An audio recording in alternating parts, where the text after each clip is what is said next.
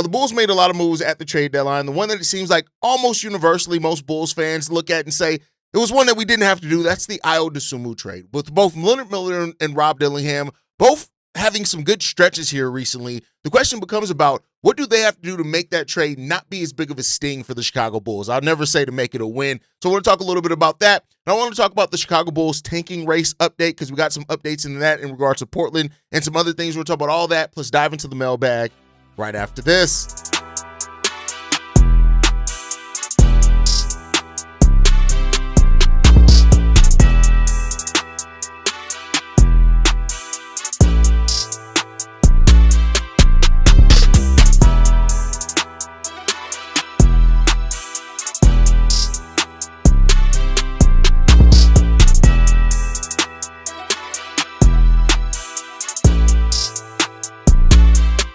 What's going on, Bulls fans? Welcome to another episode of Chicago Bulls Central, your number one spot for everything Chicago Bulls related. I'm the host there, Haize, but more importantly, you guys can follow the channel at Bulls Central Pod on every social media platform we happen to be on. With that said, let's go ahead and get into this content today, y'all. I want to start talking about Ayo Dosunmu trade, the pieces that we got from that, Rob Dillingham and Leonard Miller, right?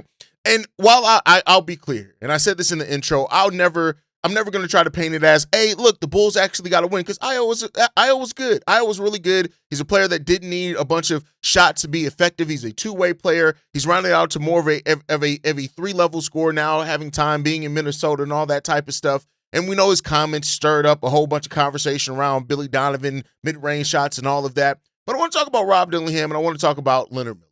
Both these guys recently have been on some pretty good stretches for the Chicago Bulls. Leonard Miller, who moved back to the bench, who I want to continue to see him starting. I'll be selfish in that sense. I want to see Leonard Miller keep getting opportunities to start personally. I think he's been really damn good. I think as a two-way player, and I know people say you can't teach height, but at the same time, there are a lot of tall players that are 6'10" that aren't good. So I'm not even going to go with that typical thing. I think that's become too much of a lazy, and I don't mean like people mean it negatively, but I think that's just a lazy, well, you can't teach 6'10", yeah, okay, and there's a lot of 6'10", 6'11", and some 7-footers that suck ass. Right? So yeah, you can't teach it, but just because you have it doesn't mean that you're good with it either. But Leonard Miller is looking like a player that has some really good upside. Now, I will say this, and I continue to say this, he's going to have to show and finish the rest of this season strong, and then he's going to have to show what he can be next season as well. But if you look at the last 5 games for Leonard Miller, right? He's averaging 12.4 points per game, 6.4 rebounds on 28 minutes per game. He's averaging 54% shooting from the field and 29% shooting from three. Now, the 29% from three isn't good. And that's where Leonard Miller has always kind of,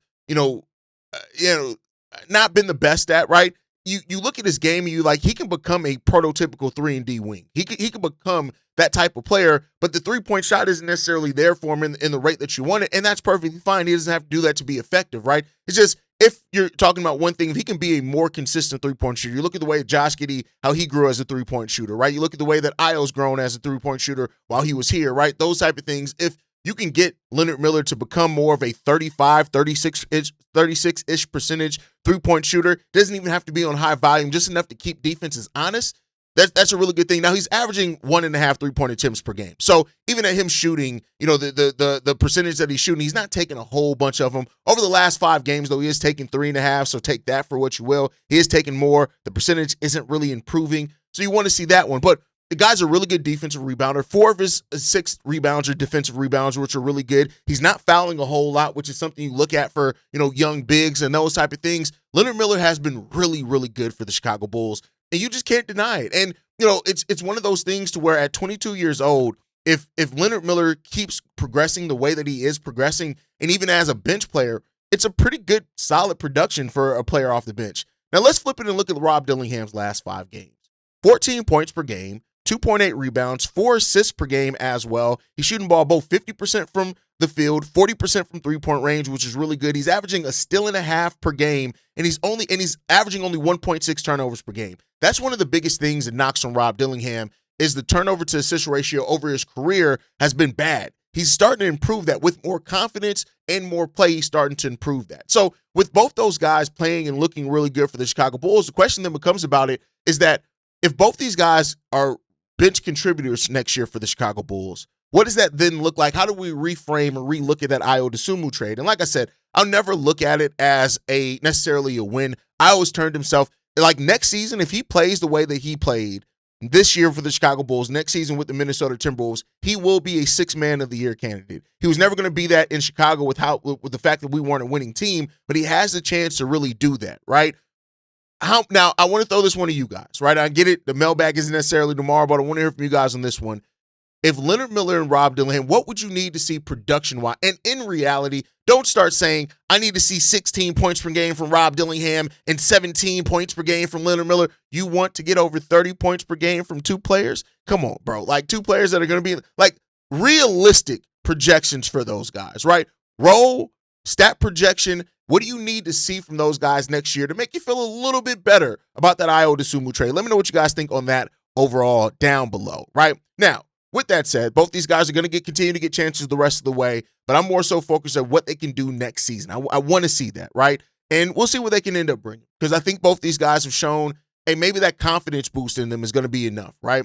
But we also got an update on Noah Essengue. Noah Essengue is back practicing with the team now. He's doing non-contact practice. We knew that a couple of weeks ago he was out there doing some things as well, but this is a guy that played 6 minutes across his rookie year, right? And some people have asked, like, hey, Haize, could Noah Essengue be in the running for Rookie of the Year next year? No, he's not, because he actually played. Now, if he did not ever check into a game, then yeah, there would be a potential there. But because he did check into an actual NBA game, play minutes, he's not going to do that. But with that said, he returned to practice. He was full non-contact drills, which is really good. That's a really good step for where he is. And he's going to have a healthy offseason. At 19 years old, that's why they got the surgery where they got it for. So Noah Essengue to have as close to normal offseason as possible, and he can gear up. If you've seen pictures of Noah Essengue, you've seen he's already, I would not be surprised if Noah Essengue put on 5 to 8 pounds of muscle. If you look at him versus when he was drafted versus where he's at now, and considering he's had a shoulder injury and he's been in a brace, that means he's been really trying to find a way to still put in work, which is really good to see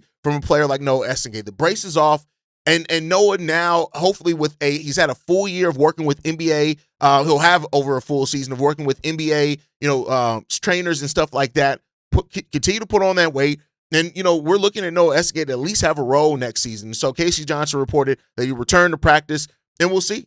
He could very well be a full participant even in the contact portion of practice by the end of the year, for whatever that's worth. That's with 3 weeks left in the season, that may be a bit of a stretch there, but we'll see. He's steady progressing, and so that's a real big part of that. Jaden Ivey's return is also reportedly on the horizon as well. This one was also reported by Will Gottlieb of CHGO that said that Ivey will be on the team's next road trip, which is a 4-game road trip that starts March 25th, includes March 30th. In San Antonio. The fact that Jaden Ivey is even traveling on that trip is probably a good sign that he's going to be getting back out on the court sooner rather than later, and that's really good for the Chicago Bulls to continue to evaluate him if they want to, even though he's a restricted free agent. They hold matching rights. They hold all the rights if they want to keep him. But Jaden Ivey, for those that have been asking, Jaden Ivey looks like he's ready to make his return to the basketball court real soon. So let's see what happens, right? With that, I said we were going to do Tank Watch every week, right? We're going to update on exactly where the Bulls are in the tanking race, which took a bit of a hit last week, but all things have kind of evened out, and some things have actually gotten better for the Chicago Bulls. So as far as the Bulls' own first-round pick, right, with 12 games left and roughly 3 weeks left on the season, the Bulls still sit at 9th. And they sit at 9th now with a full game between them and the Milwaukee Bucks. Many will remember about middle of last week, the Milwaukee Bucks were actually tied with us. The Bulls, with the tiebreaker, had actually moved down to the 10th seed. The Bulls are now back at the 9th seed with a full game lead over the Milwaukee Bucks. The Pelicans, which actually have dropped further down into this as well, sit now at the spot above the Chicago Bulls at 8th, which was previously held by the Memphis Grizzlies. The New Orleans Pelicans now sit there, and they're a full 4 games ahead of the Chicago Bulls. They're actually tied with the Memphis Grizzlies for that 8th spot. We'll see how that ends up working out. So the chances of the Bulls moving from up to 8th or 7th are all but gone. I mean, just realistically, like statistically, they're not eliminated from it at all. But when you look at it, with it being a 4-game advantage, the Bulls basically, and only 12 games less for the Bulls will basically have to lose out the rest of the games for any chance to move up to 8th or 7th. The most likely scenario for the Bulls, as it has been for a while now, is that the Bulls are either going to be 9th or 10th in the lottery odds before the draft lottery. Now, of course, if they get lucky in the lottery, they can move up to the top 4. If they are still at 9th by the draft lottery, they'll have a 20.3% chance to move into the top 4. If they fall down to the 10th spot, they'll have a 13.9% chance to move into the top 4. So roughly about a 6% difference that's there between the 9th and the 10th spot as far as the chance of moving to the top 4. So take a look at that, right? The Bulls are moving slightly closer to having a second first round pick. The Portland Trailblazers, which did move into 8th, but now they're back down to 9th, but they are tied with the Los Angeles Clippers for the same record. The Portland Trailblazers have won 3 in a row. They've won 6 out of the last 4. And this is a team that, with Scoot Henderson coming back, Shaedon Sharpe could be returning soon. We could be talking about this team going right back into gunning and getting ready for the play-in matchup. And like I said, the reason why I make so much about them being at the 8th seed is that it'll give them 2 chances to get 1 win to move into the playoffs, right? So that's what you're looking at with that one. So with that said, they moved into a tie for the 8th seed, right, which is really good. The only team that sits ahead of them right now is the Los Angeles Clippers. So you got to look at that one when it comes down to it. There's no real chance of them catching over with the Phoenix Suns. I think there's enough space there between the Suns and the Portland Trailblazers to where there's a 4-game advantage between that. Again, they'd have to almost win out with the Phoenix Suns losing the majority of those games for them to move up to the 7th seed. But we'll see what happens here with the Portland Trailblazers. Keep in mind, if the Bulls get that pick, if the Portland Trailblazers make the playoffs, the Bulls get the pick, which means they have to make it out the play-in. It's not play-in doesn't count. If they make the playoffs, the Bulls get the pick. That pick will be 15th in the draft. So take a look at that one. And so I really like that, right? If you have an opportunity to get a second first round pick, you want that. Right now, it's out of the Bulls' control in regards to. Keep in mind, this trade goes all the way back to the Larry marketing trade. That's how far this trade goes back, and we still have protection on their first round pick all the way up until 2028. So we still got another a couple of years in which that can convey. But this is good news for the Chicago Bulls that and especially with the Golden State Warriors, Steph isn't back. The Clippers, Kawhi still out. So there's it's a pretty good chance that with the Portland Trailblazers getting healthier, they can get that, and we'll see what they can do in the play. And so we got to root for the Portland Trailblazers. If you're rooting for Bulls losses, which a lot of people are doing, root for Portland Trailblazers win to balance out the karma there. The Trailblazers do have 2 meetings left with the Los Angeles Clippers. Those 2 games could decide who ends up winning and getting that 8th seed, and that's really important for that. So look out for that as well. I'm going to try to get the dates of those games when the Portland Trailblazers take on the Los Angeles Clippers, because that is a game where everybody needs to be watching those games, because if the Portland Trailblazers can win those 2 games against the Los Angeles Clippers, they're sitting in a pretty good spot to be able to walk away from that. Now, the games against LA, they have a game against them on April 10th, which is the second to last game of the season. And then they have a game against them March 31st as well, which is 9 days from today. So those 2 games, really important on the schedule, and we'll see what can come away with it. As far as the second round picks, we know the Bulls do have the Pels second round pick, which right now will be 32nd overall if the season were to end today. And we also have the Denver Nuggets second round pick, which is 53rd right now if the season were to end. But let's see what the Bulls do. Let's see if the Bulls can get some lottery luck and Portland Trailblazers luck. Maybe. Let's hope so. With that said, it is Sunday. That means it is mailbag day. Let's go ahead and dive into these voicemails that we got for today. We got 3 for today. You guys are starting to die off a little bit with the voicemails. I get it. The Bulls suck, so it's a little bit hard. But this first one this one's from Jerry. Hello, Haize. This is Southern Illinois Jerry calling. I got a short comment about everybody complaining and bitching about the Bulls win a game here, win a game there. And I think they're all crazy. I want to see this team win. I hate to watch games where they're losing and by the end of the first quarter they're losing by 25 and stuff like that. They're fun to watch right now, and I like to watch them play hard, pass good, shoot. This way you can see what these players got. And I like the way they're playing right now, and they're fun to watch. And at least they're not they're not terrible, especially since the season ended at the trade deadline. So I want to see them win a game here and there. And if they pick 9th or pick 10th or what, they'll certainly get good picks, a couple picks this year to go along with their other power forward who couldn't play this year. So they're looking good, and I like what I'm seeing. So I rather them get more wins here and there. Thank you. Bye. tanking is hard. Losing at the rate that the Chicago Bulls have is hard, right? So, and I get it why people want that and stuff like that, but it's hard to do as somebody who roots for your team and actually is invested in your team. That's hard to root is to handle that much loss. And so, yeah, I would rather watch my team play to win.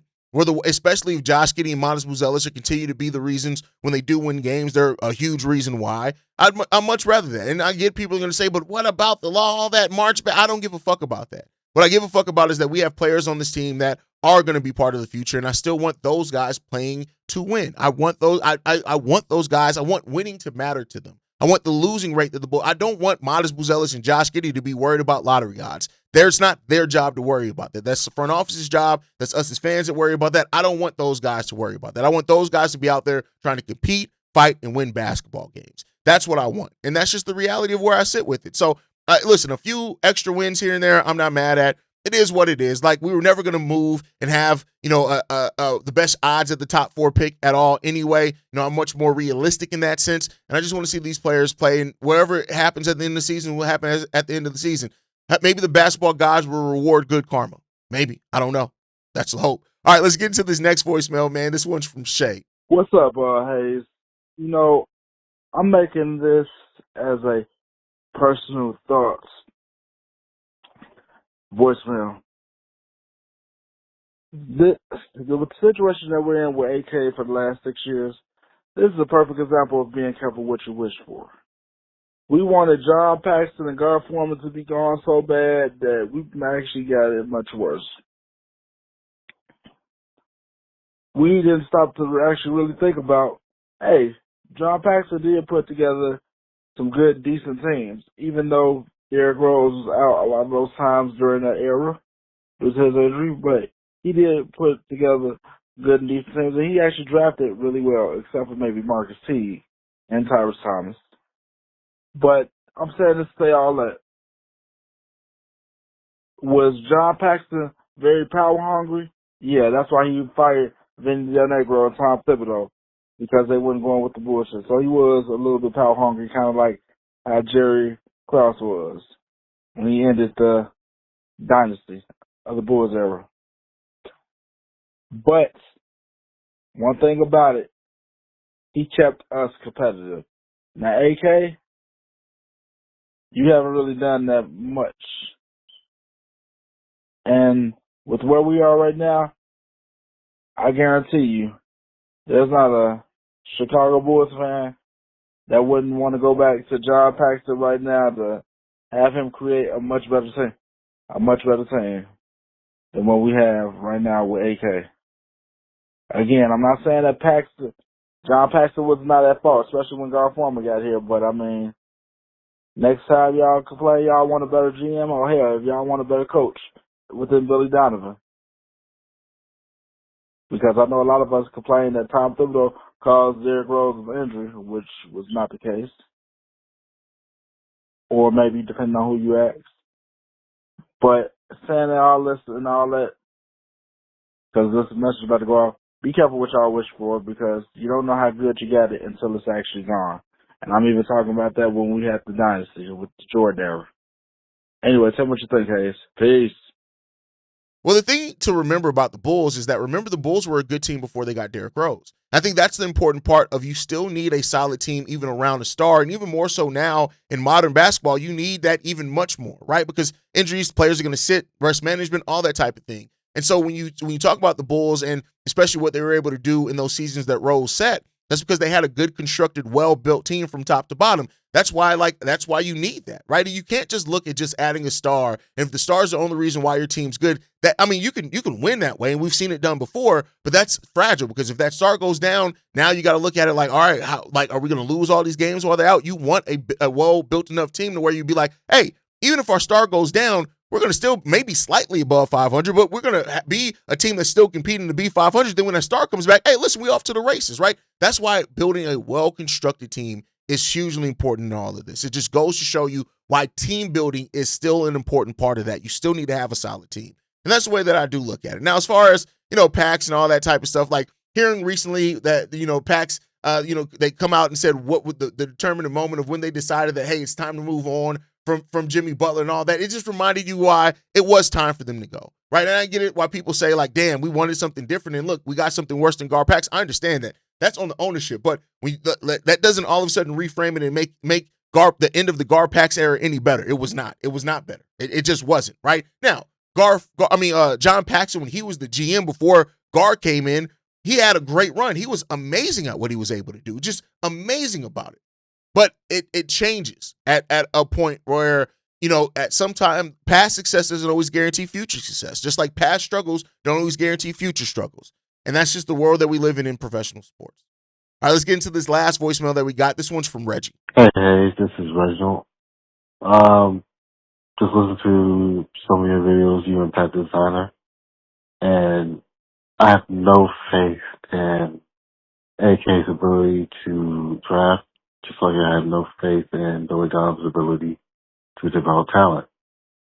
I think if you take Ayo out of the equation, who I believe was more self-made than anything else. I mean, we all saw that brother work himself and turn himself into probably the future assistant of the year. And that's assuming he just isn't a starter on a championship contender. But when I look at all these possible prospects that are in the NBA draft, I gotta ask myself, is Billy Donovan going to come up with the right system for him? Is AK going to, and whatever that system is, AK going to draft for that system? And the fact that after damn near 10 years, or the better part of a decade, I still have to ask those questions already tells me that the answer is going to be no. That this whole Billy AK experiment is a failure. And that is proof that it's also a failure by ownership, because not only did you get, no return on your investment in terms of on the court play, you gave these guys extensions. Billy Donovan with a losing record, AK with a history of not drafting the right people, or drafting someone like Patrick Williams when you had at least a half a dozen other guys who show more promise. And I understand that they needed a big, but when you ignore opportunities just to draft a guy you want to draft, especially when that guy isn't the best player for your team, or you don't even know what role you have for him on that team, it sort of kills the argument for me of drafting the best player available, or drafting a player with you believe have the highest floor. The highest floor, the highest ceiling. I just already consider this rebuild a failure before it even starts, because there's no clear vision of what they're going to do, and they haven't explained it either. So I don't have much hope for this team in the future. Maybe you have a different opinion. Thanks. Here's the thing. The point of drafting is to get players that turn out good. Whether that means that they're self-made, as you pointed out with Ayo, or you have a great development staff, or a mixture of the two. If they're a gym rat like Modest Buzelis, who, say what you will about Modest, he's going to be in the gym all summer long. We basically can guarantee that, right? Whatever it is, you want to draft players that end up turning out and working out for you, whatever it is. Of course, when you have a coach that helps with development, that's why, I don't talk about Billy Donovan a lot with development. I look at Wes Unseld, I look at Dan Craig. These are two guys that have been heads of player development and have developed players that have turned into all-stars, and one that developed into MVP, right? So that's what I want to see. And, at some point, you just gotta double down on what you have, I guess, right? Like, Billy Donovan's going to be here. This is the reality of it, right? We can have all the doubts about AK and Billy Donovan that we can have, but the people that those doubts matter to, the ownership, they don't have doubts. And until that changes, those guys are going to be here until they don't want to be here. And, hey, all I can hope is that guys that are self-driven like Modest, Ayo was that as well, as you pointed out. Like, that reverberates through parts of this team that, like, Modest, he's already taken Noah under his wing. Hopefully he does that this summer. What Ayo did for him. Like, Modest and Ayo were working out together all summer, and they may still very well. Ayo still lives in Chicago full time, right? Like, when the season isn't on. So, like, hopefully that, you know, they take guys like Noah under their wing, maybe even the draft pick that we have this year, and that Modest Buzelis and his work ethic is kind of what reverberates through and helps those guys come in and realize, all right, if Billy and the coaching staff ain't doing it, let's go out here and do it ourselves. And that's the hope. And if you have guys that do it that way and that goes throughout your team, then you start finding that that's where it also helps chemistry on the basketball court as well. So that's at least what we can hope for, Reggie. That's all I got for you in that case, because the doubts about the front office and coaching are loud. We all know them. We just got to see what's going to happen with them, right?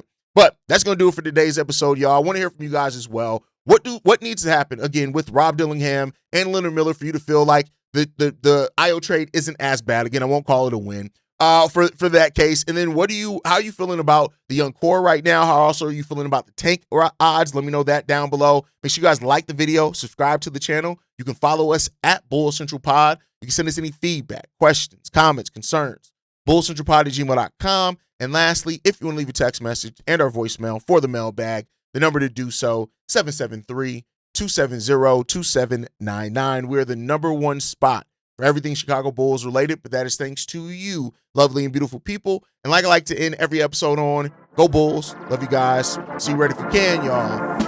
Peace. This has been a presentation of the Break Media.